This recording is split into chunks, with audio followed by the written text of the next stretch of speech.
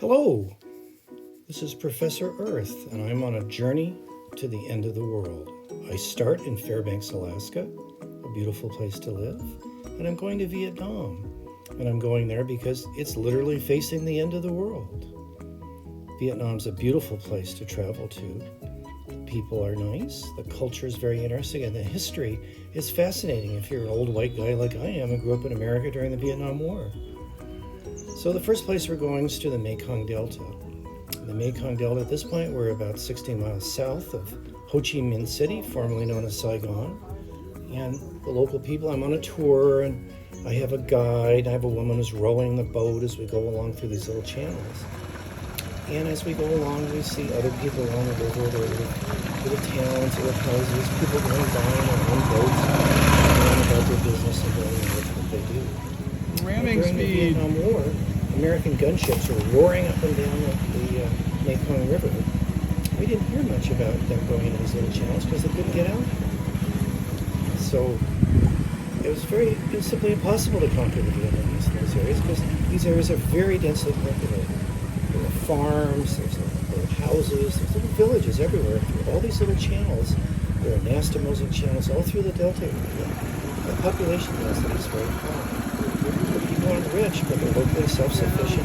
They have their homes, they have their little farms, there are little stores, because there's things they need out there, and they need them right now. But already climate change is starting to affect them. What we're looking at here are water hyacinths. This is not an endemic species. It's one that's coming in due to climate change and due to the arrival of foreign plants. It's choking these little channels, but the local people are dealing with it. In fact, they harvest the water hyacinth to make little baskets out of and other little things that they sell. So in this area, one of the things that we can see as we go along is that the land is very low. The river channel, little bridges across these little river channels, but nowhere is the land more than a couple of feet above the river bank. Even where there's major stores, this is kind of a big store. It's selling coffins, for heaven's sakes, because if you need a coffin, you need it right now, and they've got them right out there, mixed in with the little villages, along with little restaurants, little grocery stores, everything they need out there for the people to live. But nowhere are the banks more than a couple feet above the river. Here we're coming out of the main Mekong River, and it's really the same story. The banks are very low. In fact, when modern surveying techniques are used through this area, it turns out that all of these farms, all of the villages, all of the houses, all of the towns, the average elevation above sea level through this whole area is about 2 feet. Well, we're looking at a couple feet of sea level rise just due to global warming, and the climate models predict this as we melt the ice sheets. But if we get some major effects like the destruction of the Doomsday Glacier in Antarctica, we could see another couple feet of sea level rise. So the bottom line is that the models right now are predicting that this area will be underwater by about 2050. Sea level will rise enough that the beautiful Vietnamese lady and their beautiful toenails, they're all going to have to go somewhere else. And it's not just this lady. There are 19 million Vietnamese people who live in this part of the Mekong Delta. They're not just on little farms, in the small channels along the Delta. Here we're at a city in the main part of the Mekong Delta. These aren't very wealthy people.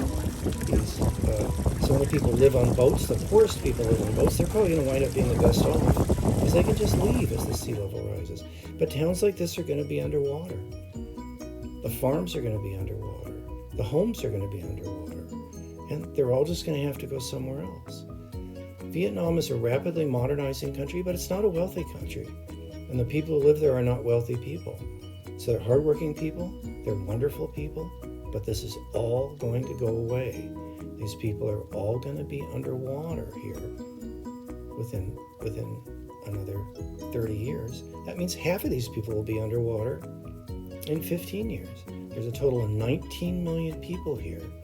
And the people who aren't underwater, their farms will be damaged by saltwater incursions as marine water both erodes and penetrates underneath the delta to make this area impossible to farm. So this has been a journey to the end of the world. I've gone to the Mekong Delta. The world is going to end there due to climate change.